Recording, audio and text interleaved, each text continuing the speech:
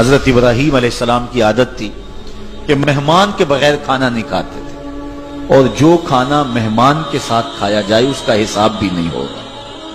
ساری زندگی یہ ان کو معمول رہا ہے۔ ایک دن بھوک لگی، گھر والوں کو کھانا پکانے کا کہا اور خود مہمان ڈھونڈنے نکلے۔ ایک شخص کو جو کہ بوڑھا تھا لے آئے، دسترخوان پہ بٹھایا، کھانا جب لگ گیا اس کو کہا اللہ کا نام لے کے شروع کرو۔ اس نے کہا میں تو اللہ کو نہیں مانتا۔ آپ نے فرمایا کہ میں تیرے سے کوئی ربط، رشتہ اور تعلق نہیں رکھتا، اللہ ہی کے نام پہ تجھے کھلا رہا ہوں، تو میرے رب کا نام تجھے کم از کم لینا چاہیے۔ اس نے کہا میں تو بتوں کا پجاری ہوں اور روٹی کے چند ٹکڑوں کے لیے اپنے بتوں سے بے وفائی نہیں کر سکتا۔ حضرت ابراہیم علیہ السلام بولے جب تو اتنا غیرت مند ہے کہ میرے رب کا نام نہیں لیتا اور اپنے بتوں سے بے وفائی نہیں کر سکتا، تو پھر میرا بھی تو کیا لگتا ہے، اگر میرے رب کو نہیں مانتا تو میں تو کھانا اس رب کے نام پہ کھلاؤں گا، کھاتا ہے تو ٹھیک نہیں تو تیری مرضی۔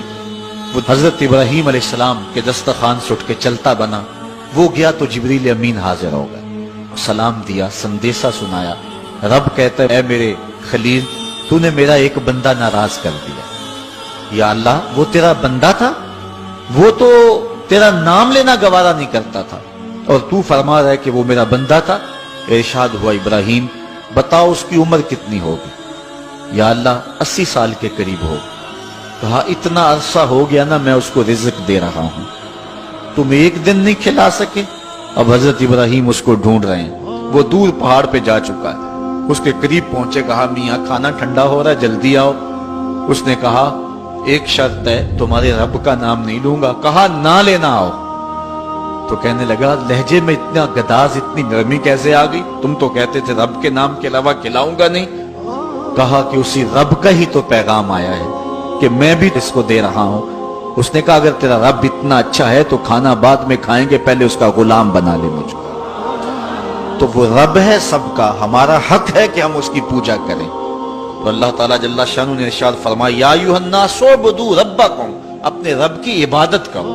ایک تو وہ تمہارا رب ہے، اور پھر الذی خلقکم، اس نے تمہیں پیدا بھی کیا ہے۔ توجہ چاہوں گا کتنی شان ہے کہ اس نے تخلیق بھی کیا اور پھر اس نے تمہاری تربیت بھی کی۔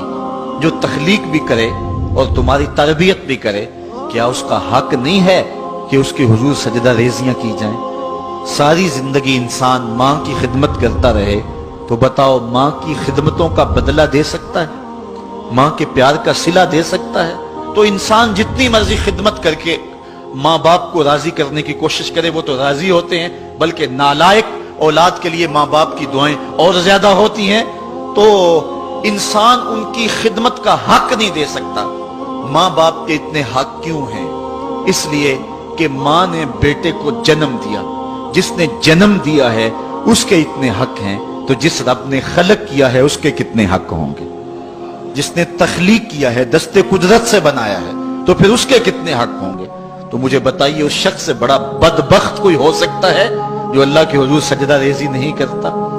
صبح کے وقت چڑیاں بھی اللہ کا نام لے رہی ہوتی، حشرات الارض بھی رب کا نام پکار رہے ہوتے ہیں، بلوں سے سر نکال کر جانور بھی اللہ کا نام پکار رہے ہوتے ہیں، اور اس شخص سے بڑا بد نصیب زمانے میں کوئی نہیں ہے کہ جو اللہ کی حضور جھکنا نہیں جانتا، جو اللہ کی حضور جو ہے وہ عبادت کا سر نہیں رکھتا۔ وہ رب ہے جو تمہیں پیدا کرنے والا ہے۔